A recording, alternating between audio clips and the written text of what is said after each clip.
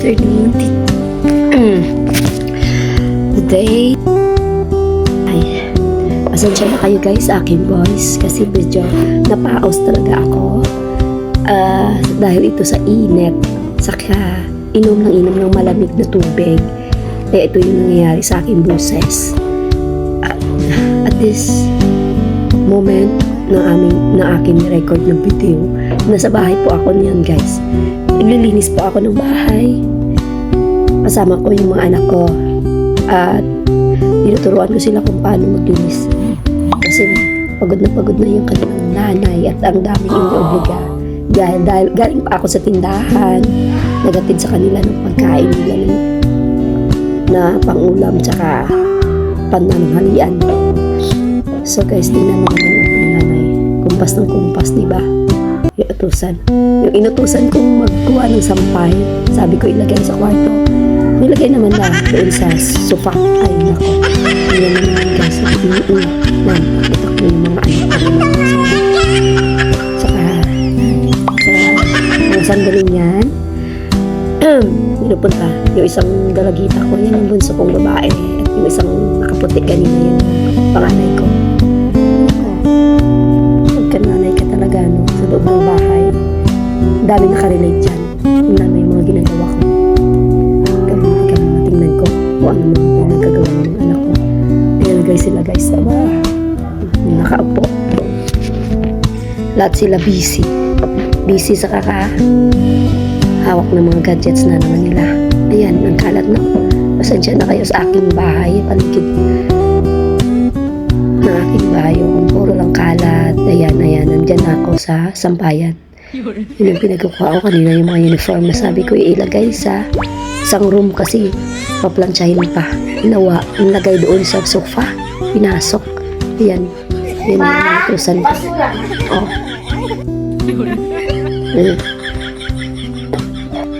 Ika nga ulit.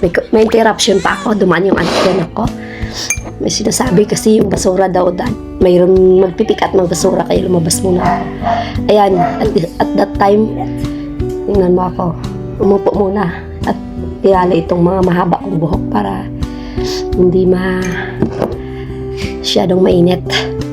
Yan. After that, ratsada na naman si Inday. Ang daming ginagawa. Ang daming gawain sa bahay araw-araw. Hindi ka mauubusan ng oras. Oras lang yung maubos sa trabaho.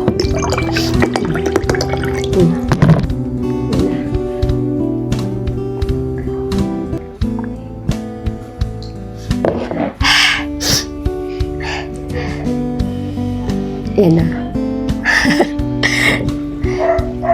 Ang aso ko maingay. Pasensya na. Abang nagre-record ako ng voice record na lang ito ginagawa ko kasi yun yung mga activity ko kanina sa bahay. Yan yung pinagagawa ko. Sabi ko lagyan ko. Kasi nagre-record ako ng mga video para lagyan ng voice effect yung aking pangalan.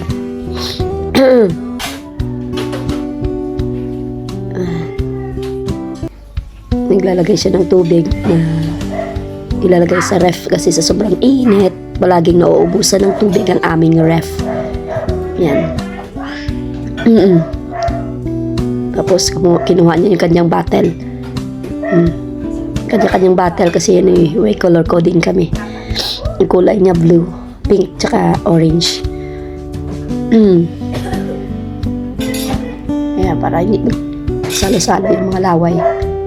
Sa sarili silang container ng tubig na nilalagay sa ref. Ayan, hawak na naman ng cellphone. Ay nako, yung mga batang ito. Aba, yung nanay nila, ang daming ginagawa. At that time, pumunta yung anak kong babae. Ginawa ko, inutusan ko siya. Sabi ko, magwalis ka. Sabi naman niya, sige, kinuha niyang walis. O yan. Habang nag-ugas ako, nagwawalis naman siya. Winalis yung mga mumuna na hulog sa sahig. Alam mo naman kung kumain itong mga anak ko. May mumu talaga matapon sa sahig. Yan. Ang bagal ko maghugas. Ngayon, sana focus yung aking kusina. Nandito kami sa likuran ng bahay. Yan yung part ng bahay namin na dyan kami kumakain. Nag-ayos ng aming pagkain. Yan. Ilang beses yan. Madami na utusan ko yung anak ko. Ay, pasensya na sa boses. Nag-iiba yung boses natin dahil sa init ng panahon. Daming interruption, pasensya na. So, dapat mute ko tong mga ano niya eh. Para makarecord ako ng maayos.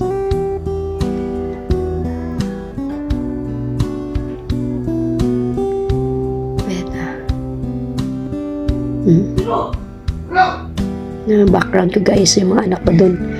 Alam mo yan, 3 lang yan sila pero parang tingnan mo naman. Nagkukulitan na naman. Break time nila yan pag naglaro sila yan. Asaran. Kaya dito ako sa likod ngayon habang nagre-record ako ng voice ko para dito sa video ko na to.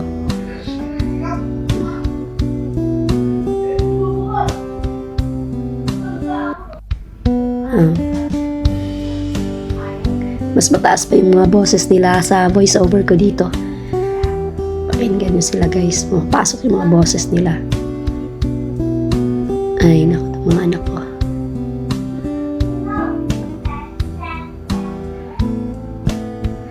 Yan, habang free time ako, yun o, sabi ko, wala akong magawa. Try ko itong video ko, lagyan ko ng voice over.